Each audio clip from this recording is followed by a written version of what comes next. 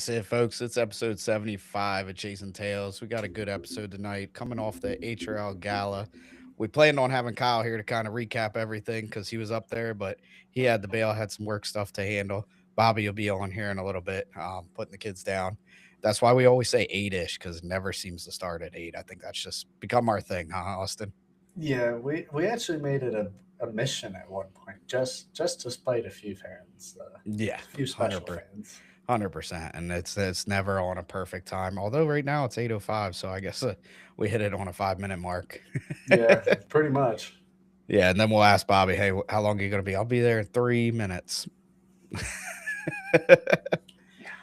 So yeah, obviously the news coming out of the HRL gala, the meetings, all that stuff, good stuff. The gala is always exciting. It's a fun one to go to for sure. A lot of fun things, even poked fun at chasing tails. So we have Mhm. Dominic Roy on the night. We're gonna bring him on here in a minute and just discuss kind of everything that goes in the production of this gala. I know they start early after the race season to get it going. And it's a lot of work. I bet they might put more work into that gala than they do into the racing. What do you think? It's very possible. I mean that it's an entire spectacle. That's for sure. Between the red carpet and some of the people that show up, you get quite the show. Yeah, quite the show. And there's a reason why it's not live streamed anymore. You know, people be getting a little too tuned up. Can't have it Yeah, live, but one day they'll let Chasing Tails go live because at least that wouldn't be a HRL page. yeah. Separate. But anyway, without further ado, we'll bring Dominic on and let's talk about what's going on up there. If I can hit the button You figure it out one day. there. And see, that's why we like the Acu clocks That's because you don't really need. I keep hitting show and It it's just not hitting sits there. show. It's just not working. You just did this 2 minutes ago too. I know. I just hit him. Oh, we having real technical difficulties for again. I See if your hit the button works. people down. Oh, I hit show. That also didn't work. Oh man.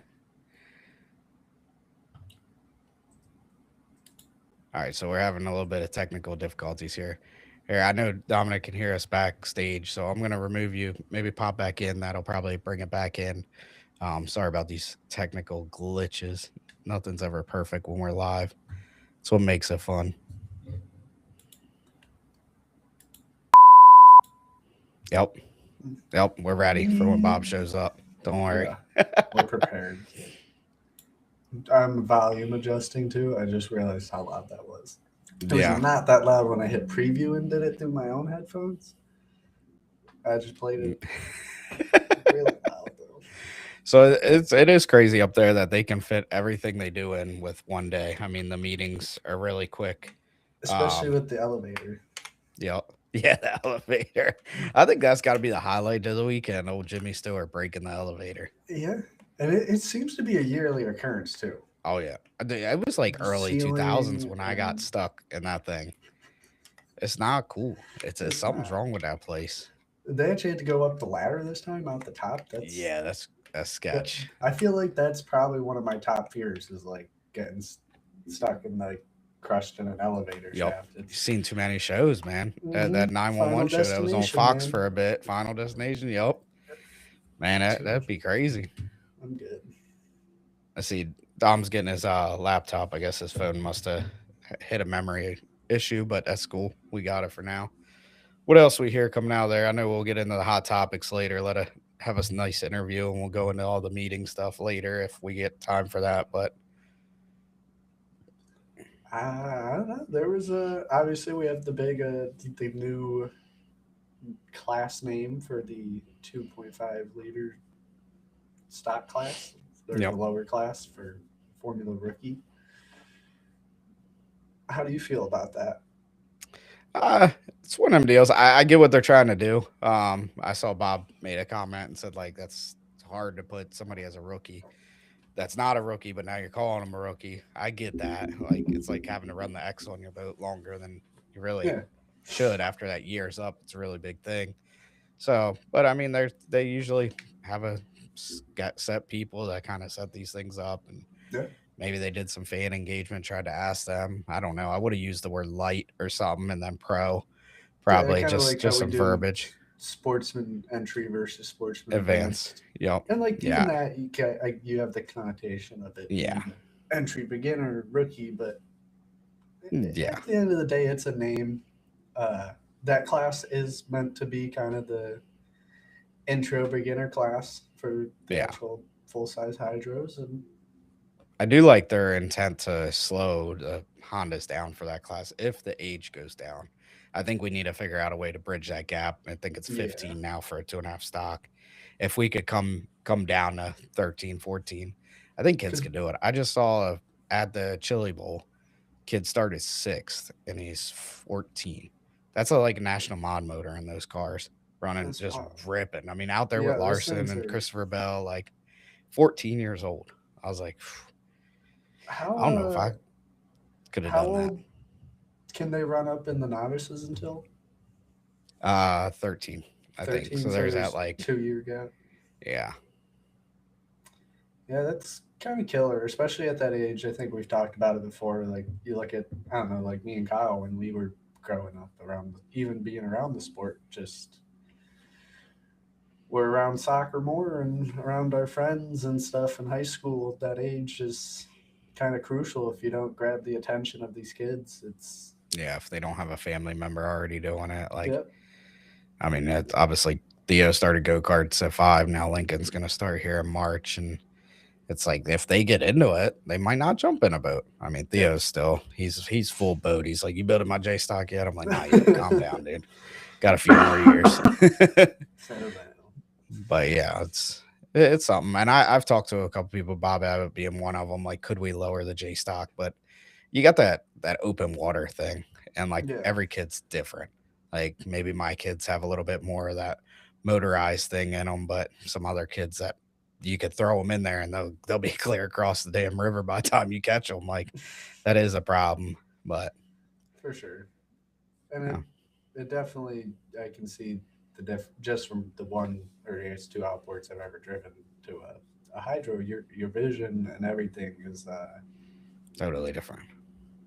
a lot more confined. And I don't know, like I've always picked up courses pretty easy, but it's def shit.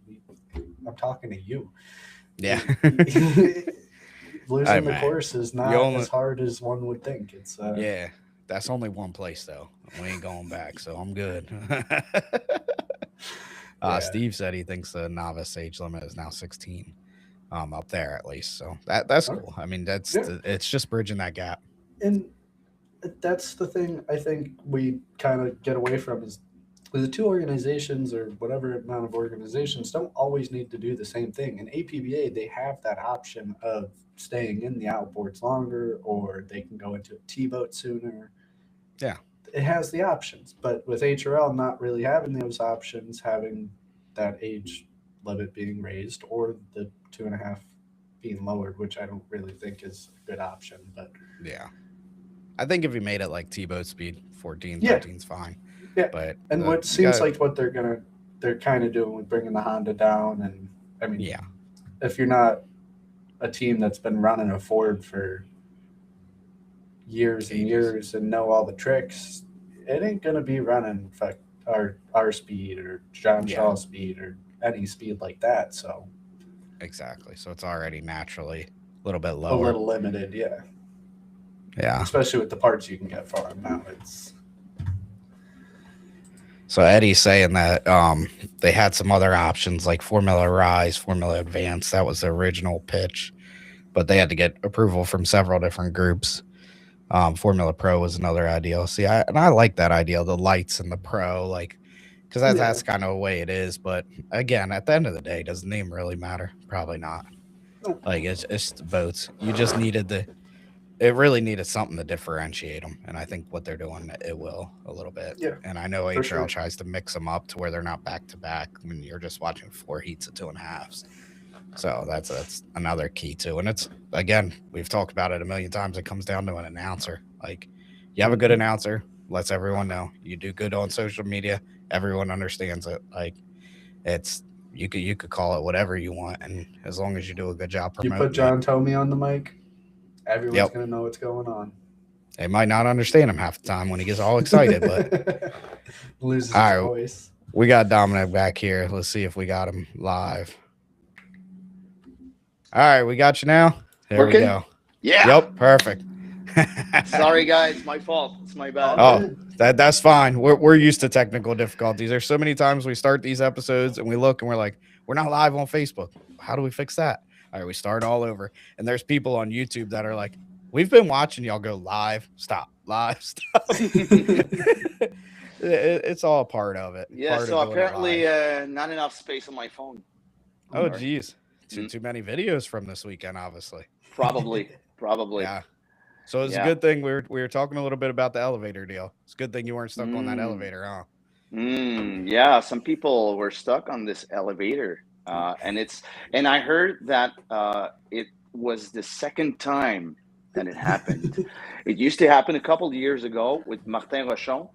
Yep. And fun fact, he didn't remember at all what happened a few years ago.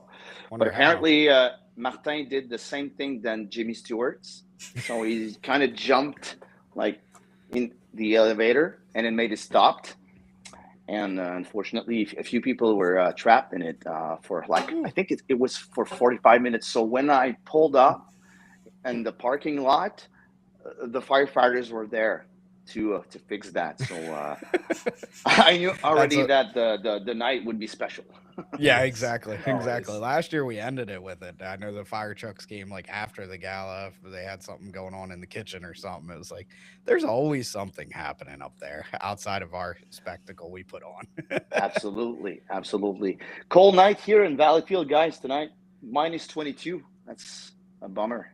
That's cool. Yeah, that's too cold. You keep that up there. Yeah. I've heard there's a lot of snow coming east Yeah. here, so we're gonna bunker down. That's all we can do. Got good Yeah. heat in the house. That's what we need. Mhm. So how have you been, guys? Pretty good. Pretty good, Just yeah. in that lull period of the winter where you never know whether you dislike boat racing or you're ready to go again. I feel like there's always this period where you're like, oh, I'm tired of this. Like maybe we should retire. Nope, we're going again. Cool. Phew. Yeah, that was a fun night. It's always a fun night. Right now I'm feeling very, very, very stoked about it. Hey, Bob. Hey, what's going on, bud? Good. So yeah, we feel pretty good about what we pull off this weekend. At the same time, I'm always feeling like a sense of relief when it comes to an end, because it's believe it or not, I did so many shows on stage during my musical career, and I hosted a lot of stuff in many venues. And this gala is always year after year super nerve-wracking for me. I don't know why, but it's I'm starting to feel very nervous, like probably a couple of days before. And on Friday we always do like the big rehearsals, so we do the whole gala from the beginning to the end to make sure that there's no technical difficulties during the big night. So so sense of relief, very, very, very stoked about what we've accomplished, because there's a few things that we always challenge ourselves. First thing first, we year after year this place is always packed, so we make sure that ticket sales are going well. Second things, we want to make sure that we don't have any technical difficulties. It could happen, but it's never perfect, but at least that we have a good flow. And third basic thing is to entertain people properly, to make sure that they have fun and they have good memories, and that we honor all the awards winners to the best of our capacity. So that's like the three main thing that we always keep in mind. Yeah. Well, I think you guys nail it. I've been to plenty of different banquets and stuff over the years, and it's always entertaining. It's a spectacle, and I would think that even tops probably NASCAR, things like that at Hmm. another elite level, because it's just that you feel like you're going to a show. You and Steve up there work perfect together. That's been really cool to see that get better and better every year. But just the work. Talk to us about like leading up to it. I know JP does a lot with the videos, but how Yeah. much work and when does it start to prepare for the gala? Well, you were right. Earlier, we kind of officially start directly after Bois or after the end of the season. But sometimes we keep in mind some things and some ideas that we want to pull off during the season. So we gather some information during the season, write it down, let it rest. Came back after, but yeah, we have like we start with some debriefing on September usually, and we have probably one or two meetings a month until December. Then we go to the holidays, and we go back in January, and we have like the official reading of all the texts. We show to the committee all the videos that we made, uh, and we do the main rehearsal on Friday night, and we come back the day after. So, yeah, there's a lot of work in it, man. Because in between the meetings, we have a lot of stuff to do. We have like a big committee. We have Emily is involved, Yannick, and I'm sorry if I forget people, but Emily's involved. Yannick is involved. Gabrielle, Jessica is involved. JP. JP is a big part of that show for many, many years. We have as well Didier, who always put his grain of salt. It's so he's always there, but he's you know I think he has a good confidence in our capacity. So we have some freedom to do whatever we want. So there's many people at the table. Um, my responsibility is basically like the texts, so all the hosting stuff. But I'm not really involved in the pricing stuff. So the awards, Yep. there's some criterias to it. It's more the HRL employees involved that decides. They have votes for each categories. We have the podiums to we have awards ceremonies for personality of the year. We have ambassador. Sometimes we have another price here and there. So I'm not personally involved in the choice of the awards winner. It's voted by members or Hmm.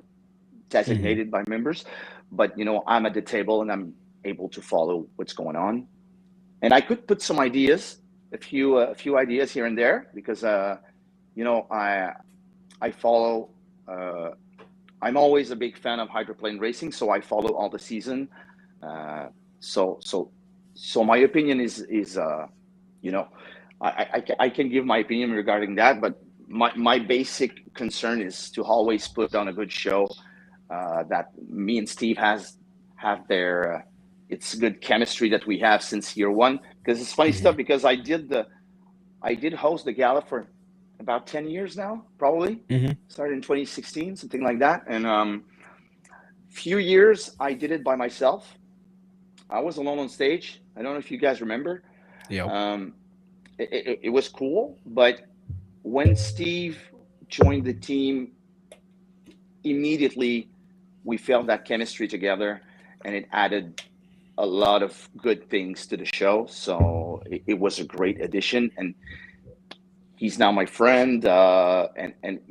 Each year we try to take notes and improve some stuff, but year after year we improve some stuff, and after each event we always come up with a few things to fix, new things to fix each year. It's a constant process. It's never perfect, but we are really proud of what we've done over the past 10 years. Yeah, and even Yeah. before, when it was Sylvain, it was like a whole new it was another concept. It was more Hmm. of a roasting show. It was Yeah. more harsh. But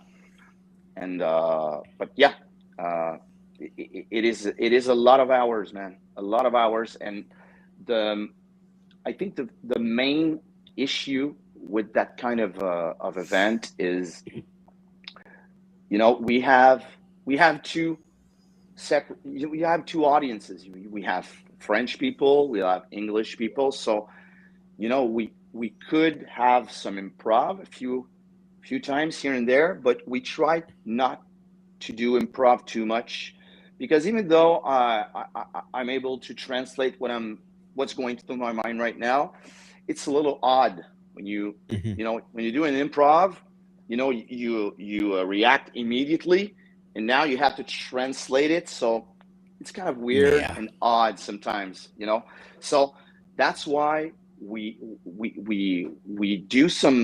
have some space for improv, but we try to stick to our text to the best of our capabilities, just to make sure that everyone understands what's going on, and that not a few people would miss something.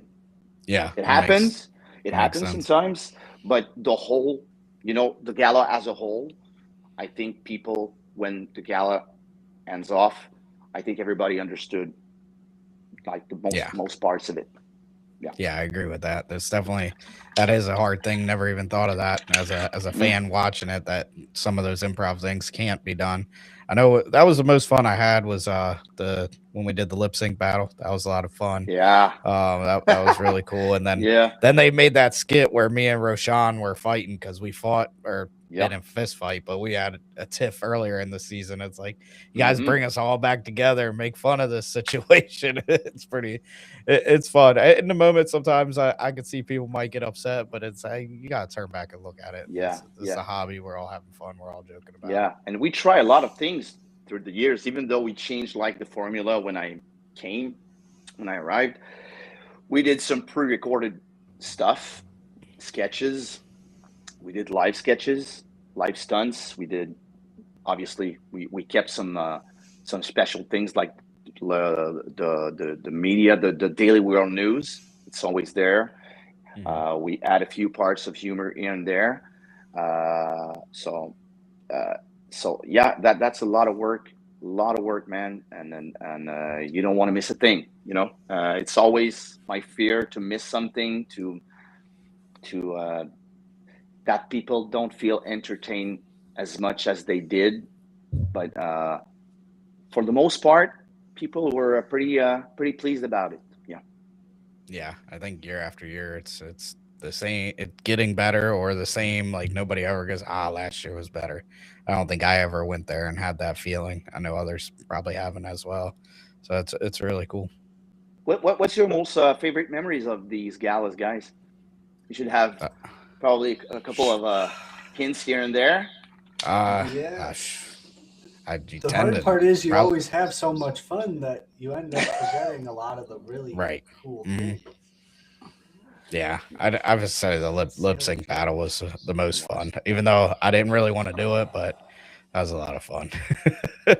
I've never been, so I can't comment. I've never been, but my God, you're missing something, man. Years.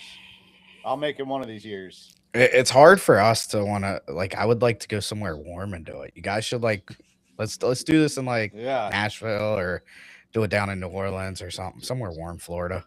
It's cold up there. I feel you, man. Cold. Totally agree. And I was speaking about the weather. Usually during the gala, it's always like minus 20, 22. Big thunder snow. It's we always have it always seems like we're driving in the snow to or from, and it's like just sketch for 8 hours. But do you guys downfall in Delaware and Michigan? Do you guys have a lot of snow during the winter? No, not at all. It's Michigan. We've had snow since November. Okay, so, just like us. Delaware we get all the comes lake and effect goes. Like you guys, and it's been raining nonstop. I mean, snowing nonstop. Yeah, Bobby, we should have went live on Chasing Tails. Was that today? Yeah, it was today. He's just, we're talking on the phone and cars are just sliding, spinning, hitting the walls all around him. Yeah, I felt like I was listening to a NASCAR event on the radio. I was on the highway and I'm like talking to him on the phone and I'm like, two cars just hit and spun, and then one's on this side, one's on this side, and then 2 minutes later I look over, and then the car coming the other way starts spinning out, and I'm like, holy crap! I should have just kept my by home. But Yeah. but no, yeah, we get just as much snow as you guys this year anyway. But I don't think it gets as cold. Like today was I left my house, it was 1 degree Fahrenheit. Then it got up to like 9 degrees or something like that. But it's still pretty cold. Yeah. So yeah, do you guys heard about our little sketch about you guys? Yeah, I seen it in the drive. I was like, "What is this?" And then Kyle's like, "I don't know. I missed it. I was back doing an interview." You got it, Brandon? I don't have it ready. We were trying to AI something back for y'all. Yeah, we got a rebuttal. Don't worry. Really? That was fun. I think Sora was available for public in October, something like that. Mhm. Yep. Yeah. So we were in the midst of putting the dots together for the Daily World News, and I had this idea to come up with to use AI to make news about that. So the main point was to ask the artificial intelligence to create like the perfect podcast for hydroplane racing fans, and so I used my imagination to describe like the Jaws stuff the poster that you have on the wall, your cap, and then Brandon's beard, and it came up pretty close. It did. It was cool. I was impressed. Yeah. Oh man. So yeah, we did a couple of things with that. We did this with Andrew as well. Create like the perfect hydroplane racing hero or whatever. So so we have a Drew take. Because so we have Drew take. We had the buoys. A lot of buoys were shattered this year, so we mixed that with the breathalyzer that was broken at times, I guess. So we mixed like the two of these news together. It made a perfect match. So we was broken. Yeah, records were broken on it. Yeah. We also did some interviews with Eddie. By the way, Eddie Kenfouche made the introduction video this year. Oh, really? Cool. Really cool. He did a great job. Really good guy. Nice. So we did some interviews with some French people. We did it with Alice Caron in Novice class. We did it with Tommy Shannon. We did it with Martin Rochon. Always a good catch, Martin Rochon. Oh, always yeah. Something. Always something. And we did it with Kyle, actually, and with Eddie. So we just, the basics of a good joke. We made like an interview for a podcast, and we took like some bits of answers and we just mixed it with other stupid questions to, Yep. Yeah. So that was perfect. that was so cool. We asked Kyle I think Kyle was talking about his first heat win. Yeah. And he said that he almost had his dad to cry, and we just asked him why he was afraid of the grilled sandwich stand in Valleyfield. And then he came back empty-handed because he was too afraid to order something. I almost had my dad to cry. So it was so stupid, man. So there was someone did that with some boat racing clips about 15 years ago, and they went around asking boat racers different questions, right?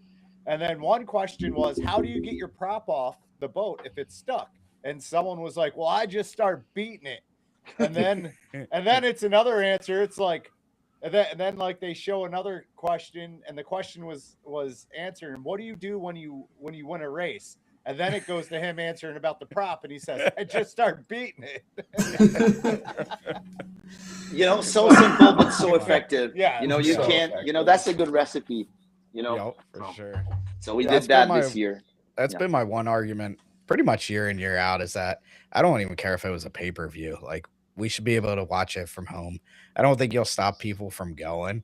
And I know putting it live on Facebook or YouTube would probably be bad, because if somebody gets drunk and takes 15 minutes for an outro speech. I mean that would probably screw up the live stream, but yeah, it's and all these things you guys work on like that may never be seen, like they would go viral on social, and it's personality brought into our sport. Instead of just posting boat race clips and this stuff, like you're seeing the personality of people or the jokes, and like that's the stuff people like us like to watch when we're doom scrolling, and it probably turn us on to the series. Well, we will have our final debrief in a couple of days, I guess. So I'll bring that up to the table. Maybe ask Steven what he could do about that, and ask Yannick what they can do about Even that. if they don't feel comfortable putting it on the HRL page, I mean, that's what we're here for. Like, we're not always prim and proper and stuff like that. So it's, but we're trying to get the masses out, trying to educate people in the sport, have racing, have all these different avenues. Like, we're just that one big funnel is what we're trying to create here. Be more besides podcast. Besides going live, I know JP did that a couple of years ago. He did like kind of a little recap of the humor sketches and posted on was it on HRL or maybe Hydroplan Québec at that time? I don't remember, but he did a little recap of that. Maybe we could do it again, but we have to put people in context, because otherwise it would makes no sense. It would make no sense for them. Yeah, exactly. Yep, 100%. JP just said the main problem would be the rights to the music. Yeah. Yeah. Well, TikTok doesn't care. Just post it. Well, I don't know exactly all the rules about that, but I think when you don't go further than 15 seconds or something like that, you're good. You're good to go. It's when you have like 1 minute, 3 minutes videos. Yeah, especially the live stream side of it, I would think. Yeah, because for example, Eddie used the Sheryl Crow song for the introduction, so it would probably be banned from YouTube and don't have any sound. So and it doesn't hit the same. Yeah, but that was good. He's really talented guy, and I have to say that Kyle and Eddie. Because I watched the whole interviews, they're on the drive. So I watched the whole interviews of these guys, and they were so well-spoken. They're brilliant. They're dynamic. That's hold up. No. Our Kyle, brilliant. Yeah, he was. Yeah. I thought he was pretty interesting to hear. Yeah. Man, he must have had something to drink. I don't know. I don't know. Say whenever Steve made the interview, so I don't know. He can talk. Yeah. Well, and I saw him during the gala. He was kind of quiet. He was not. He was quiet. Yeah. Your dad as well was quiet.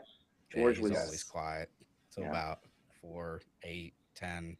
Budweisers. I knew it was. I was waiting for a rough night when he sent me a picture of how big them beers were up there.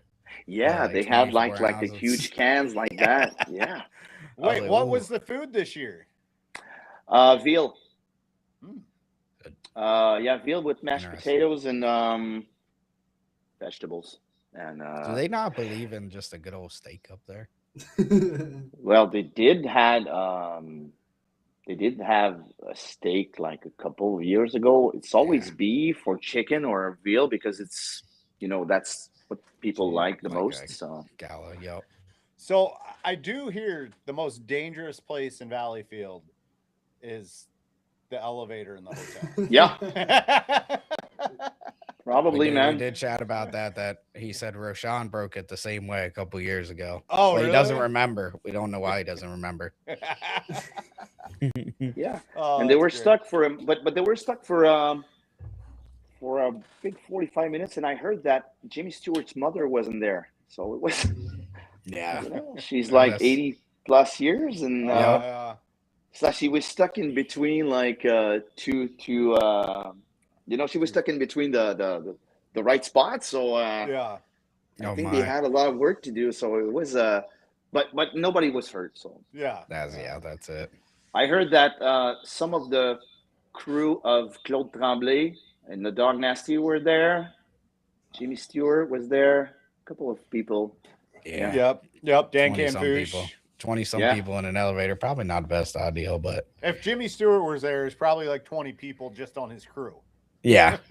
My dad said We've seen the his elevator bathroom. doors opened. He saw everyone. He's like, "Nah, I'll get the next one." Yeah, I heard of that. Yeah, I heard of that. Few people just like, oh, I'll pass.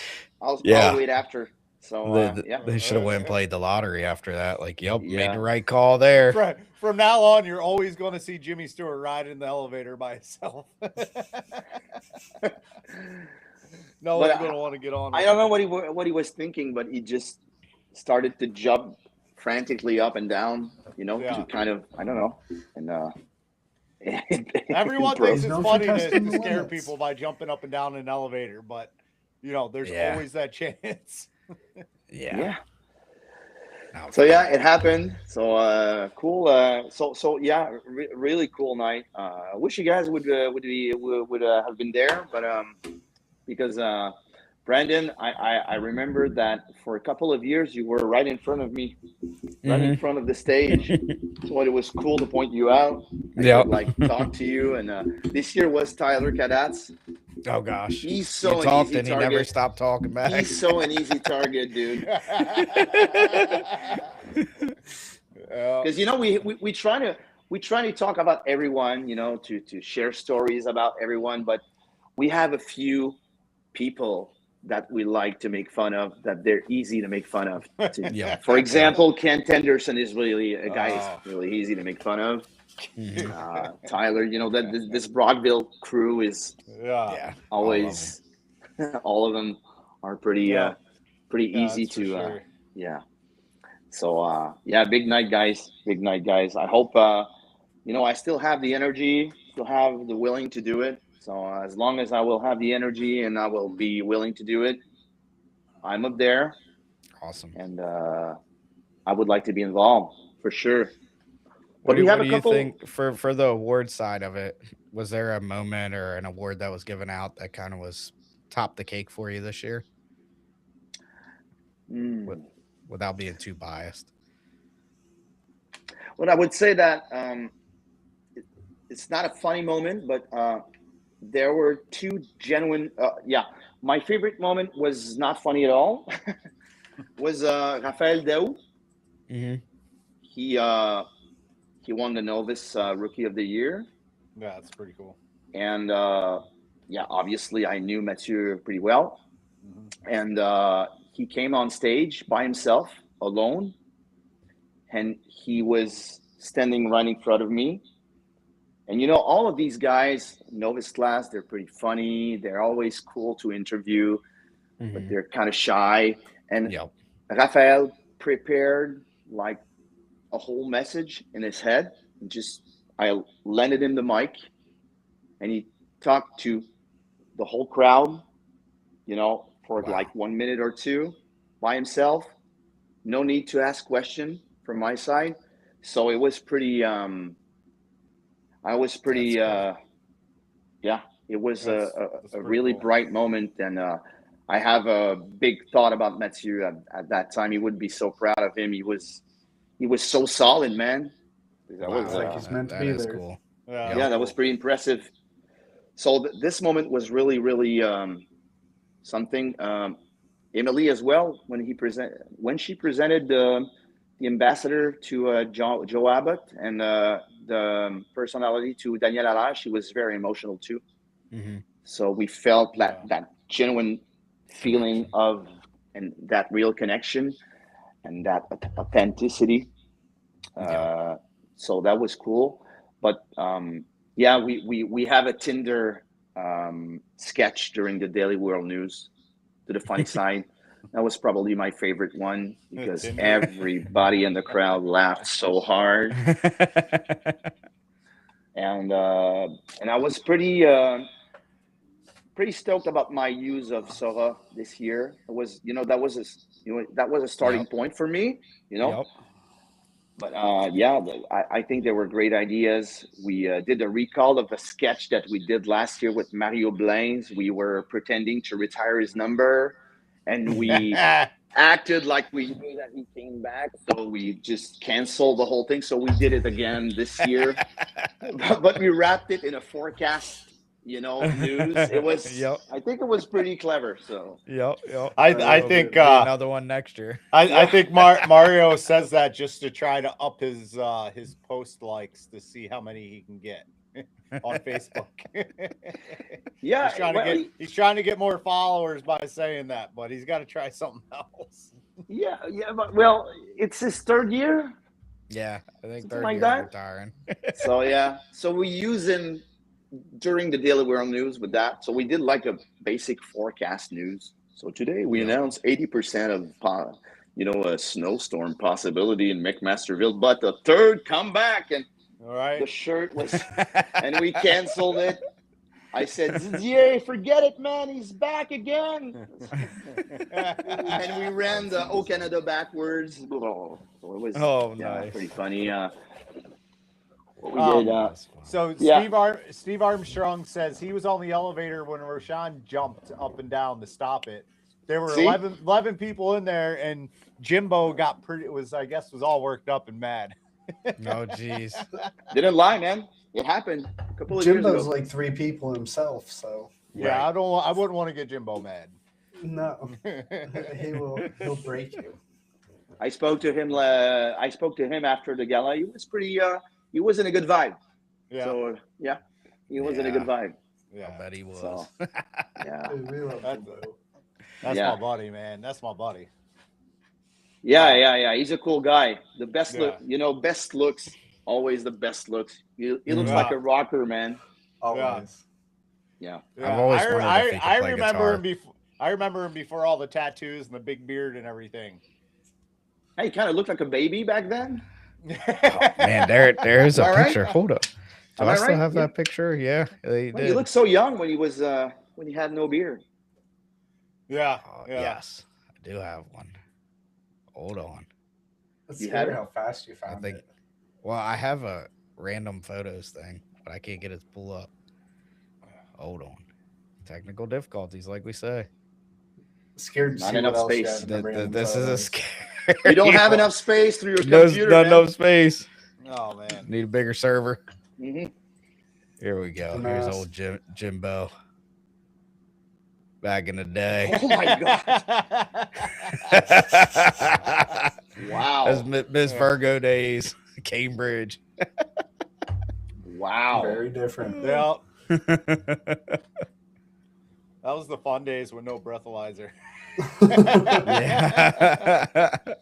Actually, we might have been breathalyzed that year. That might have been the Worlds, the Triple Crown. Yeah. In the same folder, I have one of Rashawn too from Clarksville. Yeah. So that must have been Might as well 2000. stay on that that. must have been 2000. Wow! That was 2007. It had to be. Look at the clothing choice back then. What's that? Is it a baseball tee? I'm not. I think it's like that No. affliction clothing type stuff. Yeah. Oh yeah. Yeah. Yeah, the I'm not rocker sure. stuff. I recall not having We the got to back. hear about the storm video and Emily denying the storm that she caused on Valley. Yeah, that was a good idea as well. We thought about it, and I don't know. I think it's JP. JP came out with this idea. He said, "Well, I think Emily recorded the whole segment on IRDS like in 2:30 p.m.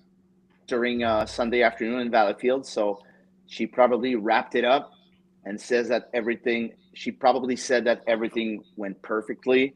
And we asked the footage. They gave it to us, and we saw that this was exactly what she said. So we kind of used that for a news regarding that there were no finals for a second year in a row at Valleyfield, except for Novice class.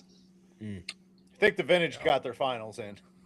Yeah. I mean, you better stop. I There you had go to. there I again. had to. I couldn't hold back.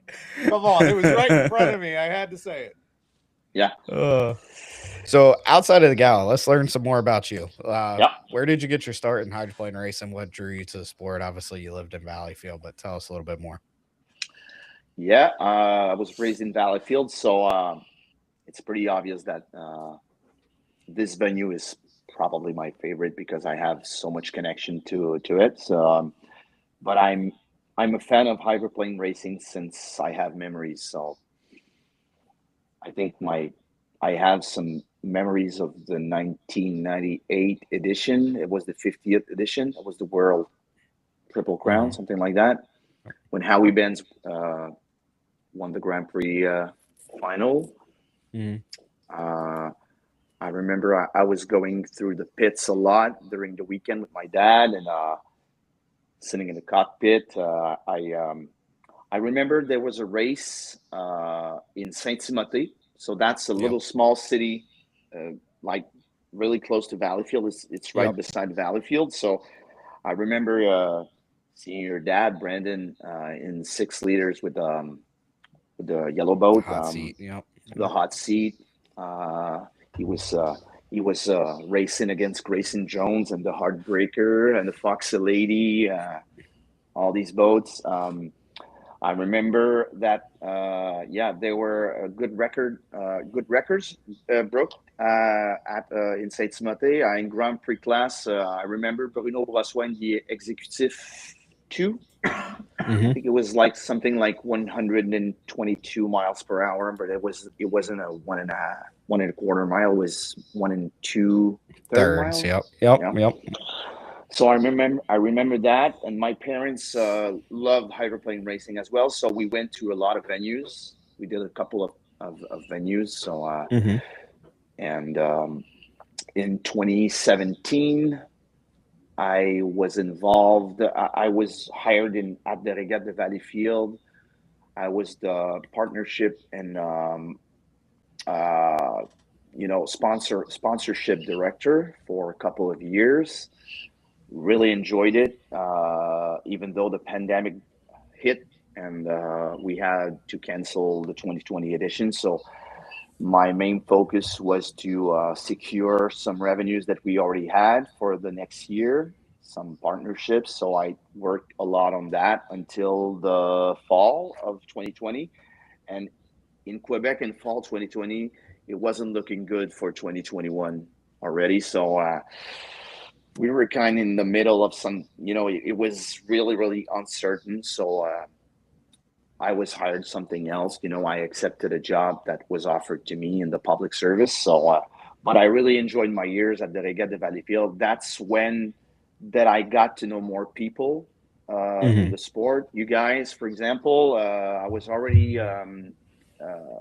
hosting the gala, but for a short period of time. I think it was my second year when I was hired at Valleyfield. So, so that core. In 2016, 2017, I started to make friends among the sport, and since then, I couldn't even think of a sport that I love more than hydroplane racing, and I love every class. I miss the good old days sometimes. I remember as a kid, I loved so much the K racing runabouts. It was so cool to see these flat bottoms with a supercharged 500 cubic inch engine just roaring, and they were louder than Grand Prix because of obviously there were no cowling. So that was a trip, man, to see like Gordon Jennings in the K69. I remember I saw as well. I remember having because every time for a hydroplane fan like us in Valleyfield, when we see our first hydroplane leaving the pits, especially big blocks, engines, we have the chills. We literally have the chills everywhere. It's insane. It's in our ADN, man. It's DNA. It's in our DNA, man. It's just so I remember the record. All these good years. I remember I was a big fan of Jimmy King back then when he had the 151 boat, Bad in Performance, Orange Crush, name it, and the GP2 after. It was I was rooting for him because Jean Tirret with his big sponsorship was all over the place. He would win everything. So and I love this, and I knew I knew that I didn't know it back then, but I didn't knew back then that he had the Chrysler Hemi in his GP2. It was the only. I think Roger Mahan was the only owner that has that. Yeah. Yes. I would love to see that engine back, but I think it's too expensive. Or Yeah, he parts still are has limited. them. He's got them, but parts are limited, so it's kind of got kicked to the curb. But would be pretty cool to see. Absolutely, man. It was I remember there was Jimmy had also. I think it was in the Silver Falcon in back in at the end of the Mhm. '90s. He had a turbocharged Yeah, twin engine. turbos.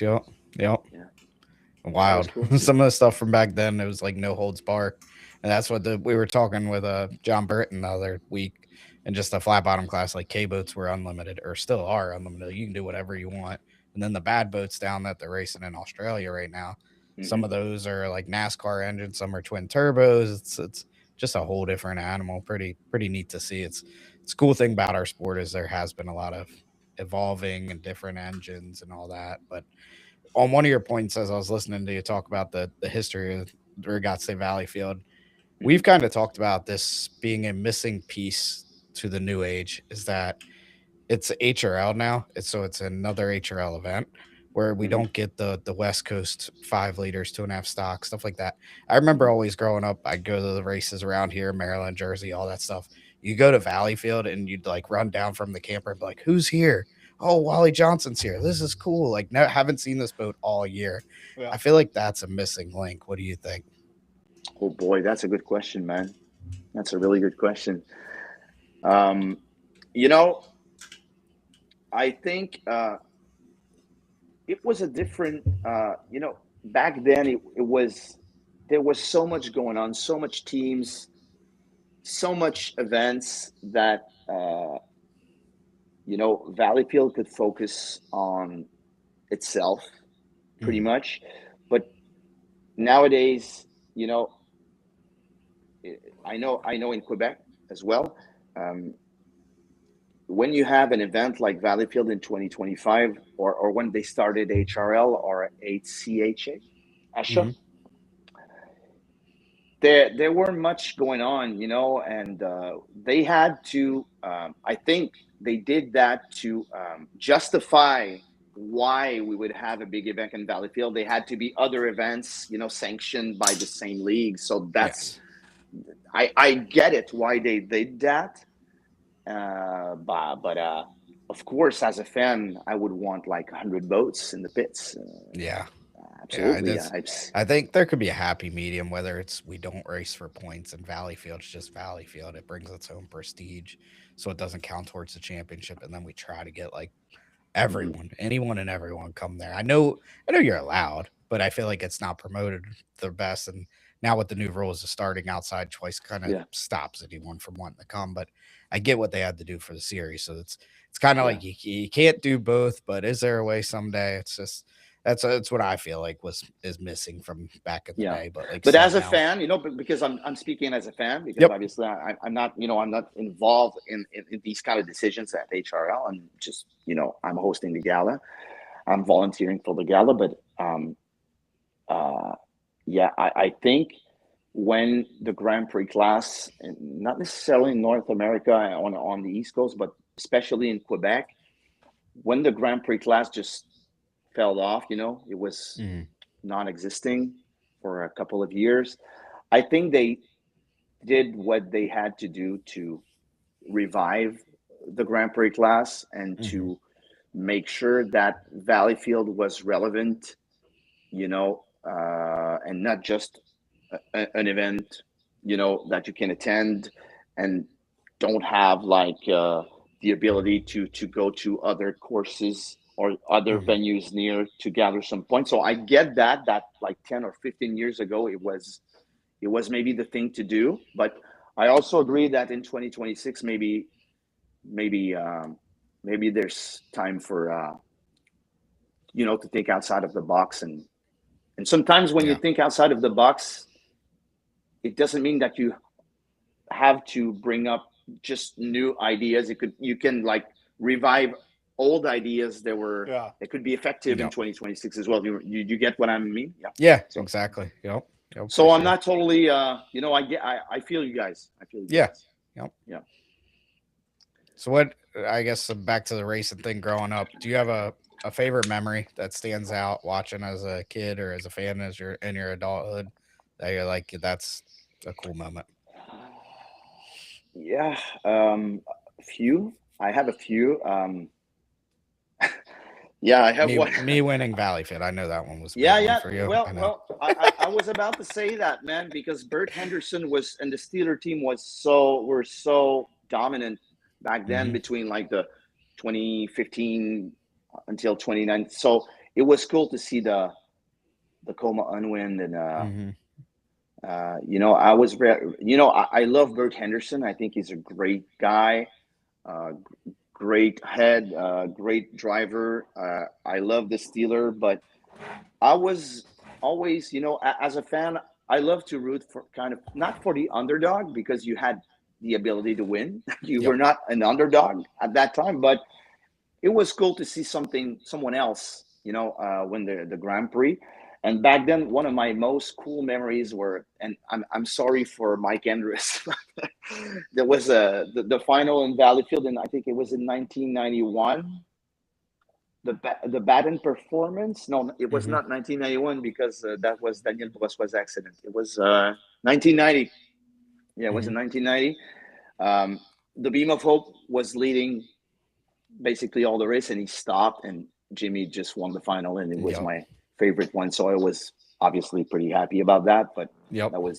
that had to be such a bummer for Mike. So I'm sorry for him, but yeah, I remember I was really, really, really, really stoked about that.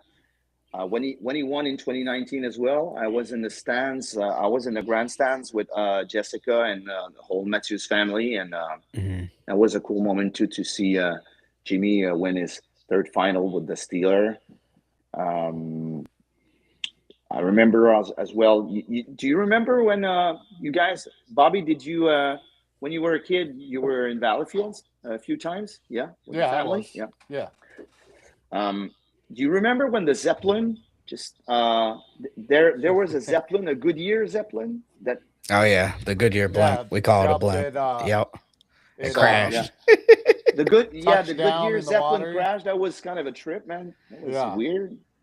That was a good I memory yeah of that.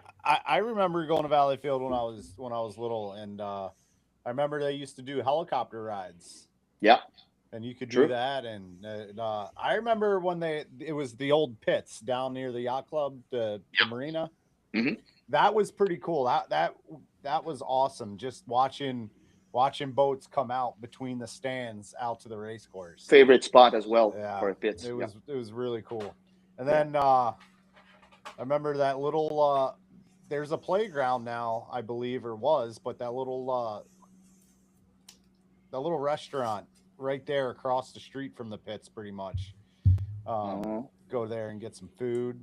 I remember a lot of things La there. Patate. the Yeah. what?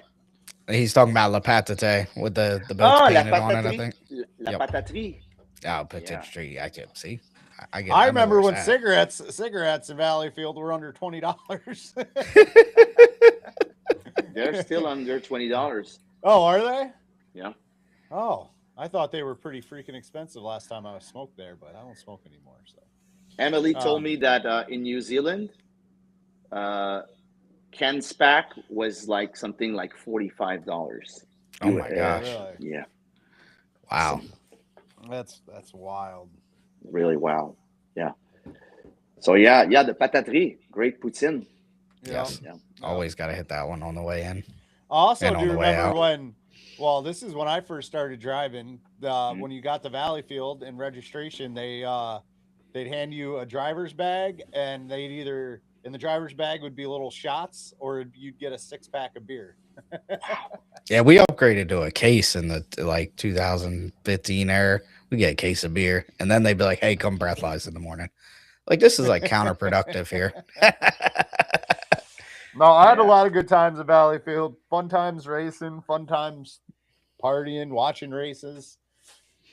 Yeah. It used to be a fun time in the campground too. But I haven't Because I been know in a that's while. cliche, but the boats are so close to the shore, man. It's so cool. Yeah. It's kind of a stadium, an internal stadium in the bay. It's so cool. Yeah, Yeah, it there's is. no real replicating that. I mean the GP final when you lead up to it with the song there, and it's just iconic. There's a lot of times in the boat where I'm sitting there, I'm singing as I'm rolling out because like I remember being in those stands. Like you don't Yeah. forget where you came from. But Jay- my yeah, go ahead. JP says the restaurant was called the Marina. No, Oh okay. yeah, probably yeah. But I know what you Brandon, you mean the Pataterie, I'm pretty sure. Yeah. That's the one I know of. But yeah, Bob's talking back before my time, probably. Yeah. Old man. The Marina the Marina restaurant made the best submarines that you could have. Oh wow. Yeah. It was good. Food. Absolutely. Yeah. Hmm. Good point. I from my point of view, as a fan, when I go to Valleyfield, I'm always in the backstretch, right in front of the starting line. Okay. Full So speed. right there. Yeah, right, I was right, there. Right where I was there. Jack sent it. I was there. Yeah, I was there. I was there. Yeah, it was because you don't see often a Grand Prix blowover in the backstretch in Valleyfield. That's not something that I saw many often. Yeah. No. Actually, I don't remember. I don't Besides remember Jack ever and seeing one. David Alexander's boat, probably maybe. I think the Thundercraft 2 may have. I think he lost a rudder or something. I Yeah. don't know if he blew over. Ain't many blowovers in that class. But when you go to the backstretch in Valleyfield, I know it depends on the wind, but your canard is way up there, It's in the middle like that, or you're basically We usually have full downwing and Full down the downwing? backstretch. Yeah. Really? Yep. Yeah, to keep it on the water. It's something about the way the bay opens up, and then there's also some like crosswind from some of the houses that get broken up there. That like it's one of the most hairy feelings, especially like time trials or a GP final there. That like you're going at such a rate of speed that first lap that you're just floating, and then you get lighter because you feel all this wind come through. So that's why you see so many blowovers out back there. Is that people are either proactive or they're already dropping their wing into the corner. It's definitely one of the most intense parts of a race course we go to, and then you got to slam it into turn 2. So yeah, turn 2. it's cool. The turn 2 looks pretty wild. In the west. Yeah, it's very very tight, gets rough, and it takes different mindset rolling through there. That's for sure. I heard that. Yeah, I always explain it to people who've never raced there, who are going to race there for the first time, and I tell them turn two at Valleyfield is the only turn I dirt track it at. You go, you set left, you get the boat turning, and then you start turning right so you don't spin out. Yep. I did that with almost every boat I drove there. I always halfway through the turn, I'd be turning right to try to bring it back to make it straight so it didn't spin out. Really? Yep, only turn. Yep. The only turn I ever had to do that with. So you have to turn the steering wheel. Yeah, right? You're pretty much counteracting the spin because you see a lot of boats spin there. Yeah. So you're pre-doing it like a drift car instead of like letting the boat rotate. Yeah. You're already in your mindset to straighten it back out. Even in Grand Prix class, you have to do that. Or more just point and hope kind of in Grand Prix. You can go through there pretty good, but yeah, it's really tough because you slow down so much momentum, especially when especially a final and the waves are so big. It is really hard to get the boat to straighten up off of that corner. That's why I'm so glad Jonathan started calling bearing out this year, but like that's why everybody bears out is just because. Hey, we're going to keep the momentum up. I know that heat I had with Bert where we almost finished in a dead heat. I was like, I know Bob Abbott was going to call me if I slid out. So it made a really good race out of it to me to stay in lane 1. And I never shy away from that. Like I like a challenging course. I'm not a big fan of big courses and we're just out there riding around. So that course has challenges everywhere. But that could be pretty wild for the body. I heard about what you've said. I think it was like 2 episodes ago. Like Andrew or Tommy Thompson or Kent in the wild one don't have pads here, and they knock their head over the canopy. Yeah, We went when my dad was driving GP. We went to a full containment scene out of a NASCAR from LaJoy Seating, and that's been the best decision we ever made because Mhm. I have full head support, I have shoulder support, I don't move at all. But yeah, that boat didn't have it, and I know Kent lost Detroit to me one year because we were side by side and went into turn two, and he hit a roller real bad, and he was gone. I never saw him, but yeah, he hit his head and then was seeing stars, and so yeah, Really? it's Oh, one of them at this deals. Yeah, point. Oh yeah, boy. yeah. Wow. So it's safety is the main thing, but comfort also adds lap time. And I've always felt that whether it's race cars or race boats, like if you're comfortable in the cockpit, you can drive faster. You're gonna put it more on the edge. So that's what we focused on. Well, you guys have balls, I can tell you. It's Big fun. balls for Grand Prix class, man. Yeah. Yeah, it's definitely a different mindset, especially up there. Do you remember when you first jumped in a GP? What it felt like? Yeah, it was like just nothing I could ever imagine. The acceleration when you put your foot to the floor out, throw you back in the boat, and the turning, and then the biggest thing was just learning that the boat could go through what I was seeing out the windshield. Like those rollers are scary, but the boat will go Yeah. through it. Where 2.5 that I was driving prior to, it just flipped. Mhm. Yeah. So, yeah, it's a feeling I'll never forget, and that's why I love GP. It's just enjoyable. And you, Bobby? What was the first Man. time? First time was actually, I think it was during COVID. Mhm. Okay. Me and Brandon went out and tested, and I think the first thing I thought of is like, man, this thing has a lot of vibration. Yeah. There was a lot of vibration, but no, it was pretty cool. It was really windy. I didn't really get to put my foot into it too much. I think I did it for one lap, but it was pretty rough, but it was pretty cool. But in a race, what was my first race? Cambridge? In the That was, 135? Yeah, old the 135. 135. I think it was Mhm. Cambridge. Yeah, I think so. Yeah, You were it was good cool. in that boat, man. You It were was good cool. in that boat. I like that boat. I think that boat has a lot of potential. I think it just needs a couple more changes, and I think it can still be pretty fast. Huey gets it wrong though. He says that boat's super fast down the straightaway Mhm. and not fast to the corner. It's the opposite. Things fast to Yeah. the corner, but just couldn't keep it on the water in the straightaway. So, but I think just a couple changes and that boat would be pretty quick. Mhm. But yeah, it was fun to drive. 35 was fun to drive too. I don't know. There are different animals. There is a point to where you need enough balls to go with your driving skills to drive GP. Mhm.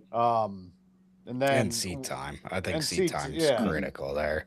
Yeah, and lower classes, it takes. I mean, I wouldn't say it takes more skill than GP. I'm saying it takes less balls in the lower classes, Mhm. but with a lot of skill to win. More finesse. And with GP, you just need to have everything to be able to go after it and get it. It's different, but I think the only thing to say is if you want to be a good GP driver, you got to first set up your boat, because if you don't have a good boat, you're not going to be able to do anything. And then once Mhm. you set that up, you got to learn the speed, but you also have to be aware of your surroundings. You have to know Obviously. you have to know what's going what you're going to go into when you hit that first turn. Because you could either overturn, you'd slide out, and when at that speed, when you have so many boats around you, stuff happens real fast. So it's different. You got to take it, and I would say take it baby steps in GP. Mhm. If people expect drivers to get in a boat and to immediately go out there and win. But I mean, some people, it might take them a few races. It might take them a year or 2 years. It's just that speed and that horsepower. It's different than any other class. Mhm. Mhm. When you guys were talking about sliding over a turn, is it because sometimes the driver will turn the steering wheel and the skid fin will, get its grip too late in the turn within the apex, or is it because of that? There's definitely a part of that, but some of it's just more the courses Setup. we run on, the roughness. Like you do have a little bit of, you got to give yourself a little bit of leeway that the boat's not gonna be perfect in that corner, and then there's also setup to it that some boats turn better than others. That's been pretty much our focus since our Coma boat is just making that boat turn well, having that confidence to drive it in there and know it's going to do what it's supposed to do. That's pretty much where 90% of our focus goes. A lot of teams, focus on end of the straightaway speed. I mean, if you focus on your boat cornering, your end of your straightaway speed is going to be there, because if you go through a corner faster, come out of a corner faster, obviously you're going to be going faster at the end of that straightaway. But I mean, it's all about turns, because if you time like GPs on, I don't know about Valleyfield, but other courses, if you time how long it takes a GP in a straightaway and how long it takes them to get through a turn, it's almost equal. So if you just got to so if you're focusing on just a straightaway, you're not going to be fast because you're in the corner half of the race. So I mean, it might look like a distance around that turn, but the time going through that turn equals just the amount of time in straightaway. So it's all about, you got to be well balanced. I mean, you can't just be fast through a corner and then not have any straightaway speed, but then it's all relative and it all comes around full circle if you have that turning speed. Yep, exactly. I remember that your old 25 was pretty. You talked about the Como and Wind. I think it was that boat. Yeah, that boat was amazing. Yeah, it was real good through a turn. Wow, yeah, we learned a lot with that boat. And just kind of every boat we've had, we just keep trying to advance and take things from each boat, put them on the new boats, and yeah, that boat kind of woke me up to what a Grand Prix could be, and definitely was a lot of fun to drive. And I know scared me a lot of times, but yeah, the escape hatch. Yeah, Unlimited. It was Unlimited. It was the steering broke. Steering cable. And escape hatch on the GP in Tonawanda. Yeah, that wasn't fun. Same that happened to Scott Cropfield in Valleyfield. Yep, Scott had that same experience. Yeah, he was a little more dramatic than me. I always give him hell for that. He's like, dude, I was black and blue for a month. Okay. Maybe yours was a little worse. That's fine. But would you say that, because I know that, if you look at the results of the 25 when you had the Jones, I think it was the Jones. Yeah. The results were not as good as what you had in the old 25, but did you enjoy that haul, or in some ways? Yeah, some ways. The boat drove totally different. It was a lot easier to drive. It was fun to drive at times. Never really had that Henderson walk where it would get light. The steering was a lot easier, but I don't know. That boat had it out for me. I think it tried to kill me in like 5 ways. So it was it time to be done with that one. Yeah. That was the 14. That was the 14. That was the 14. He's talking about the green one. Jones. The green Jones. Yeah, the 25. Yeah, that they purchased. Yeah. Yep. Yeah, but other than that, I mean, the boat drove nice, but I don't know. We just always had something going on with it that it would spin out different, like be fine one lap, next lap it's like I did the same exact thing and it would hook. So yeah, getting out of that one, I was kind of fine. It's not good when it's unpredictable like that, huh? Yeah, that's how my accident in Detroit was. I got in Bert's tail, got me a little bit, and all of a sudden the boat just took off to the left and Roshan went over top, and just thankful that we did everything to make that boat safe with the roll cage and everything in it. That I'm still here to talk about it, but about that time was about time to let it float down the Detroit River. Yeah, absolutely. Yeah, well, good memories in Valleyfield. For sure. Of all of you guys, but and one point that I didn't mention is that I have a great connection with Valleyfield and a great bonding with Valleyfield event, because I work for them I was a fan since like the 80s, but I also performed on stage for the musical events for a couple of times. Like I Yeah. did like 5 or 6 events with my Wow. live band. So that was a trip, man. That was cool too. It's always fun because you have like 10,000 people when the weather is on your side. So Yep. pretty good memories as well. Watching the awesome. races during the day, and at the end of the day, just going through the park for my sound check and keep it going for like a couple hours. See the That's other cool. bands perform. A lot of adrenaline. That's a cool day for me. One of my best memories that I got was that, and the day after, I'm walking through the pits and I'm getting Yep. recognized by people. So Yeah, yeah, exactly. Yep. that's cool. Yeah, it's cool. That is Cool. awesome. Yeah. We did have a request earlier. I don't know if Kyle Bipe's still in the chat, but he wants you to come to Madison. Maybe you guys could talk about MCing for their concerts, giving a little more boost to it. Because the guy last year was like, and here go who played last year. I can't think of it off the top Dustin of my head. Lynch. Dustin Lynch. He's like, all right, and next up is Dustin Lynch. Here he comes. I was like, that is not how you build up an artist of this mecca coming out. Yeah. Oh, I have a car and I have a passport, man. So I can There we I go. can go. I'll Yeah. get him in contact with you. Need a little Sure, more man. excitement Sure there. thing. It will be my pleasure, man. You I never. you Yeah. would get to witness something that Valleyfield doesn't do. I know Valleyfield is great. I'm not knocking Valleyfield, but the coolest thing I say about Madison is the parade. Oh yeah. Go Mhm. jump on a boat, go through the Yeah. parade on a boat is pretty cool. It is awesome. Yeah, I heard about that. Never been to Madison, but a few people told me that it was a great place to go to see Yeah.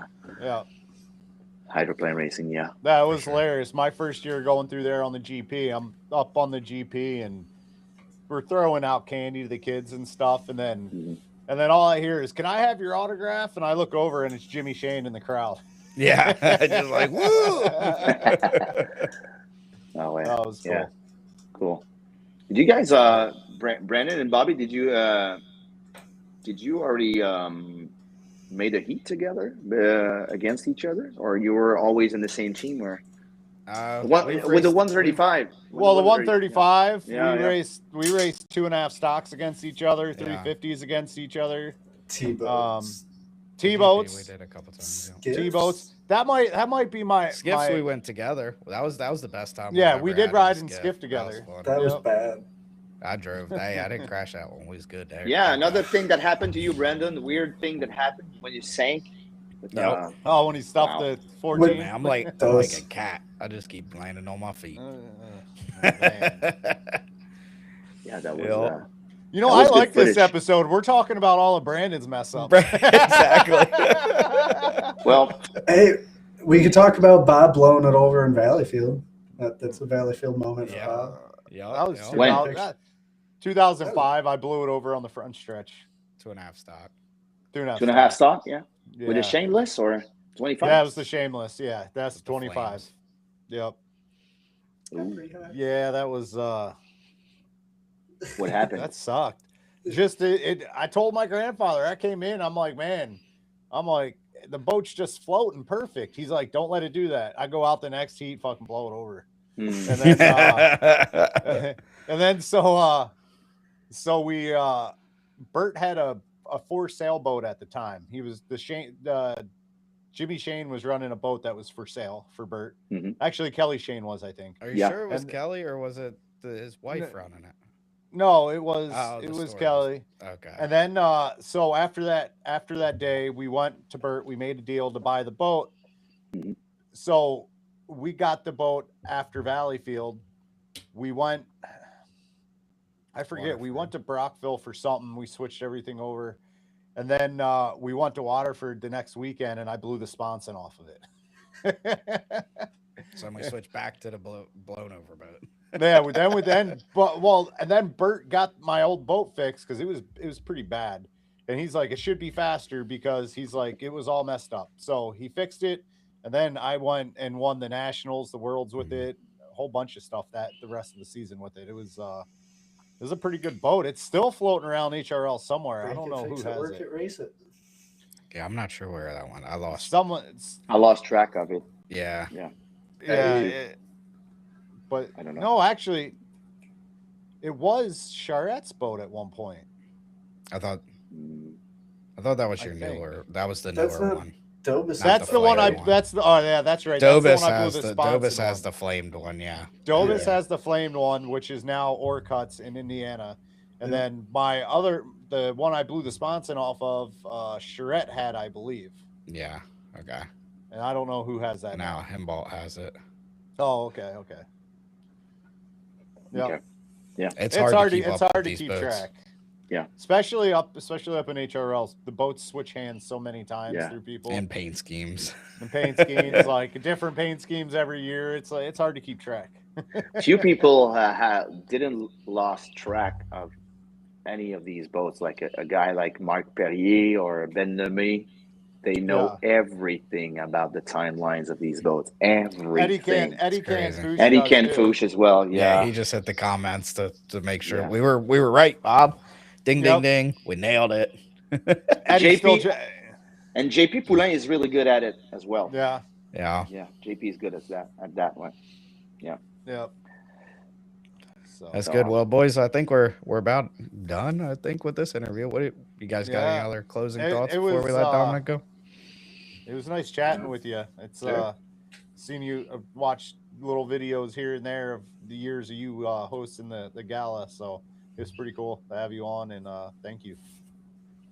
It was my pleasure, guys. I'm a big fan of the show since I think I watched like the first episodes. Really? Yeah, I'm a fan since the beginning. So it was an honor and a privilege to be with you guys tonight. Even though obviously English is not my first language, I think You're pretty Did a good at job. it. Yep. I'm not so bad. So Nope. One day we'll learn French. Nah, not a chance. It's too long now. I used to know it back in the day. At Really? night. No. At night. But at night. I knew me some French back oh, then. yeah. More like obviously. kissing. Yeah. At l'enjeu. Yeah. Yep, probably. exactly. 100%. Aha! Hey, thank I you very much, remember guys. when I won in this is the last one, and then we'll let you go. But when I won in the T-boat, I think it was my first time. I was 15 or 16.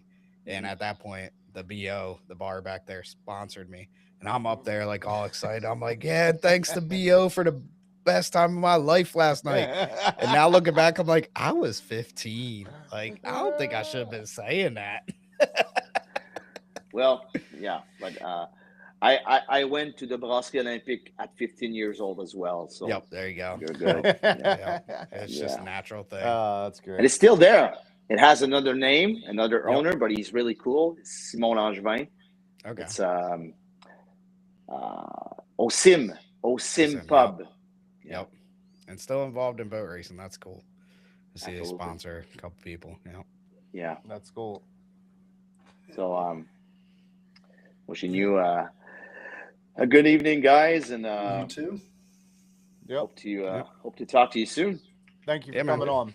Thank you. Have a good one. Take care. Bye bye. Bye-bye. All right. Good interview. Good interview. Yeah, that was great.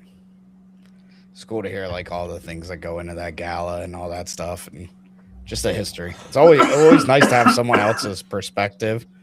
Austin, you said you did that before the episode. Now here you go. I'm again. still sick, dog. It's Yeah. getting over it. Speaking All right. of history, I think he knows more history about boat racing than I do. Yeah, 100%.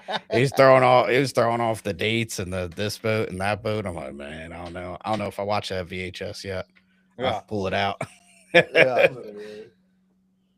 Oh yeah, Gilman in the comments talking about Club La Saint. Woohoo, that was good times, Bob. I'll find that video of you, bud. I'll put that thing on the internet. And that taxi cab. Oh, man.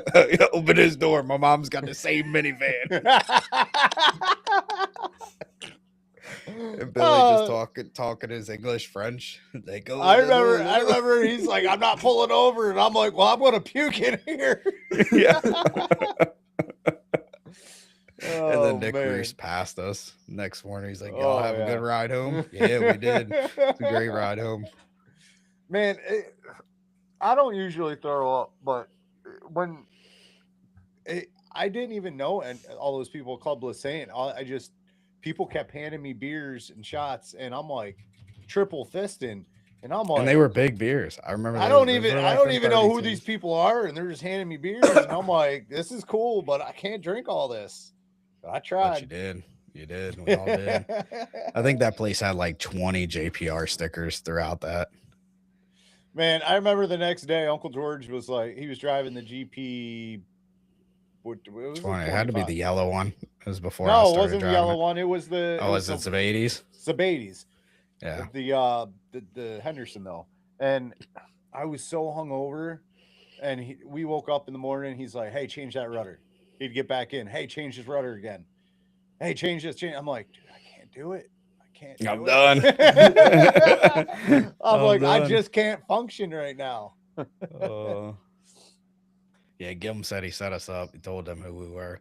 I remember I was up in the DJ booth. Probably Dom up there back then. I don't know. Man, Dude, all I know is it was I was getting it. dancing with people I shouldn't have been dancing with, and it was a crazy night.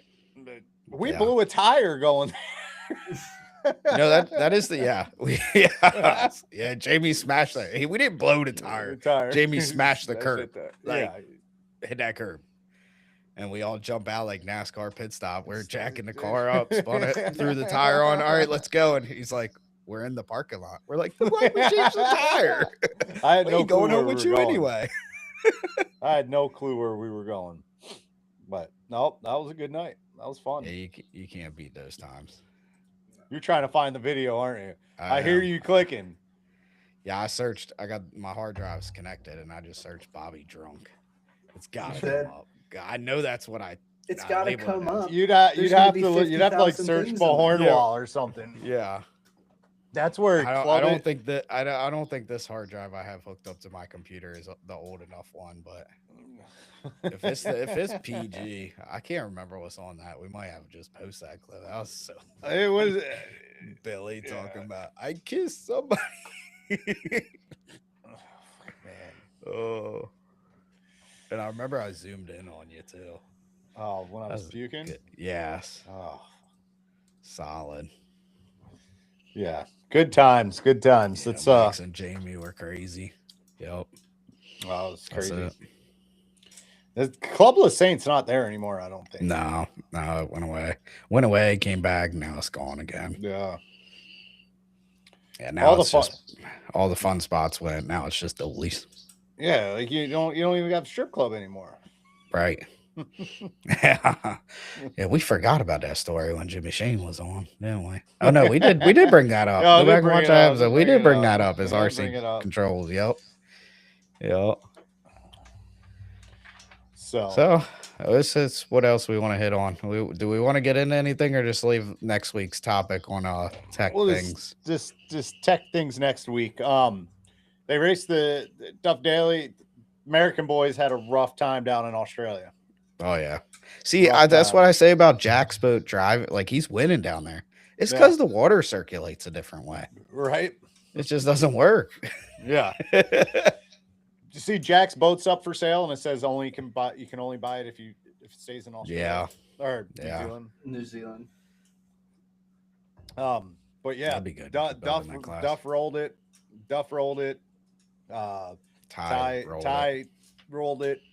And I just don't think they could get it going after they rolled it, especially because their boats are He set also- up with the spoiler, Yeah. and then they both lost the spoilers after the rolls, and The The blue handle one just was wasn't there. rolling the one heat and then all of a sudden just kind of spun out. Like all I gotta say is K boats ain't made for tight turns like that. those Aussies stepped it up times 10 Yeah. since last time. Last time they had nothing for Duff. Duff could have Right. rolled it 10 times and still beat them. Yeah. But those boys down there, they did their homework, and those boys are hauling ass now. Yeah. What did I see on the one GoPro, like 220 kilometers? What's that in mile per hour? 136 on that short straightaway. Like they are getting and going from like a dead stop pretty much. They're freaking booking. Yeah. I mean, That's awesome. I don't know. It's got to be different, but it's pretty cool. Now I want to know: is it harder to set up one of those deep feed displacement boats, or is it harder to set up a K boat flat bottom? I don't know. I saw like people. I was watching the comments. I was comment farming, and man, there's some haters on there. But that's just boat racing. We always have haters. But like they said, like they think they're getting too fast now. They're starting to get a little erratic. Like that one dude that he took off to the right and almost ditched it. Oh, really? Yeah. And like everyone's holding their boats right there, and it got out of shape and it took off to the right. Yeah, that was sent in the group text. Will you start reading your damn messages? Like Kyle said it was the coolest thing he's ever seen. Scariest thing he's ever seen. Something like that. When I'm trying to work and you guys chat all day, I can't read everything. I'm also very disappointed. River. You guys used to send like 60 to 80 text messages. Oh yeah. See, I know now I start working out early in the morning, so I'm like, I'm gonna just text because I know Austin's up. At least he'll talk to me. Especially in the morning, it's good. I get people going, so I got a few minutes to talk usually. There you go. I was kind of disappointed Kyle didn't come on here because I was going to ask him if either him or I were on the best starts of the year. I'm gonna guess not. Best start of the year was Sydney, though. That's cool. Jimbo's kid. That's awesome. Cool. Yeah, that's cool. I wonder if Jimbo's going to move him up. Like, if he's another one. We heard Mark talk on this podcast about that. His kid's got to work for it, but he's got to step it up a little bit. I think Jimbo, he just needs to get his kid a boat. I think so. Yeah. I think so. We'll surface that clip that we just had. There's other ones. And until if he gets a son a boat, we won't surface it. Oh man. But so did Jack locked it up down in New Zealand? They still got a couple of races to go, I think. Yeah. They didn't get to run their last final due to weather. Yeah. Yep. Yeah, they got I think a couple more. Yeah, they got one in February and then one February, March. Their season is like spread out. That's nice. Yeah. Instead of being back to back to back to back. Yeah. I saw Mario Blaine was punching Ken, man, when he was doing his interview. He kept trying to knock him over. Poor Ken. So I wonder if Jack has his new boat finished from it when it came off the trailer at the beginning of the season. Yeah. If back together, if he is putting his boat for sale right now. Maybe that, yeah. Because I mean, I know they always are trying to build the class over there. That's why they built the brand new ones, brought him over. But yeah, he's got to have a boat. If he's sitting in High Points and somebody would want to buy it, I didn't see any stipulations where it has to be bought at the end of the season. No, I didn't see that. All right. So speaking of building boats, I heard that Bert has taken some orders for GPs. Is that public news? Yeah, I think it is. Who knows? It's public now. Yeah, I think he's got 2 orders for GPs. One for Mercier? Yeah, I think so. And then one, I think Huey's talking about getting another one too. He gonna need one after running Sorrel. But so that's cool. That's cool. Yeah, man, Huey and him getting flat after Ed Thompson. Ooh. Yeah, what a post. Yeah, I think I was a little pushing it to the limits there. I mean, we talk a lot of shit on here, but I don't think we've ever done that. I mean, I know what Huey's doing. He's trying to do some like reverse psychology and push Ed to come race East. I'm like, Ed's gonna race where he wants to race. I don't think he doesn't care what you say. Yeah. All it does is create like the unnecessary back and forth, because then I read on there that like, oh, them boys, y'all are scared to race mile 2/3. I just don't care to. Like, and then it's like about who's fast, this, and it's like, yeah, it's like everyone has a preference. I'm like, we push the smaller, tighter courses because we think it's more challenging. We think it's more competitive, more fan engaging, better for the fans. But those guys out west, they like their big courses. They like to air those boats out, and and there's a little bit difference of like the courses you're racing on. Like San Diego has a big long shoreline of people that are spread out already because of the unlimited. So like if you're only racing kind of like Madison, when we only raced a mile and a quarter, there's still a lot of fans up towards that bridge that don't really see us. But at the end of the day, if you put something in that center that like while they're there watching the Grand Prix, they buy a beer, buy a t-shirt, buy all that, like it could work. You just got to change things up a bit. Yeah. But I don't know. I mean, yeah, we go off the rails a little bit about, the 1 mile and heating on a mile 2/3, but I don't think we ever slammed anyone like Huey does. No, that's rough. That was very great. Rough. Yeah. I'm just waiting for his post. Like when Dom said they just try to, what did he say? Something about Mario retiring like 3 or 4 times. I'm like, that's kind of like Huey making a post every year. Hey, we got 50 more horsepower. They got to be up to 2,000 by now.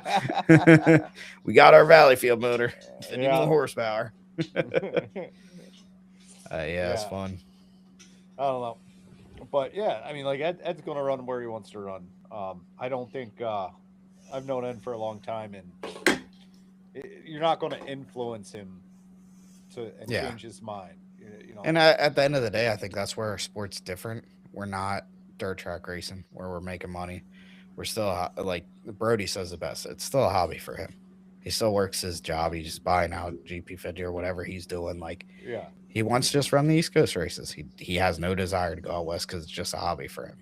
And I think that's, again, it just becomes the sustainability. That's what we've got on the East Coast is we've had 10 boats usually. Now we've kind of dwindled a little bit, but I feel like in the next couple of years, we're going to be back. Out west, I've heard, and hopefully a press release coming out soon that someone bought a boat out there. So there's another GP coming out. So as long as you get sustainability on both coasts, the racing's going to be great. Yeah. And then if people intermingle, even better. Yeah. Yeah. It's a bonus. It's a bonus, but I don't think you should be, how should I say it? Trying to force someone to either race on either coast. No. Just let they're going to come for the they're going to come for the love of the sport. Yeah, exactly. But yeah, so big things happening with GP out west, and then big some new boats coming in to HRL East Coast. So it'll be good. There's enough boats in APBA. We can spread boats out. I mean, they just need to come out. they just need to come out. I mean, another big thing, like look at APBA, it's all spread out, and we say we have too many races, but it is kind of cool that we have so many races. You can go racing pretty much wherever you want from spring to fall, whenever you want. Just say, hey, let's see if there's a race this weekend and go. Yep. So it's pretty cool. We have Pontiac Lake coming back. That's huge because that was a favorite race for a lot of racers. You ask a lot of people around here, you can walk up and ask anyone if they heard about the race back in the day here, and they know it. That drew a huge crowd, so that's pretty cool. And then we got that new race going on in Ohio. I think it's in June. I could be wrong. Might be June. No, that one's in August. Same weekend as Bohormont. Oh, okay. So you got that race coming. I believe Mark Weber's behind that one. So that'll be pretty cool. You got Salina back. You got Edgewood stepping it up. They're going to change some things this year from what you were saying.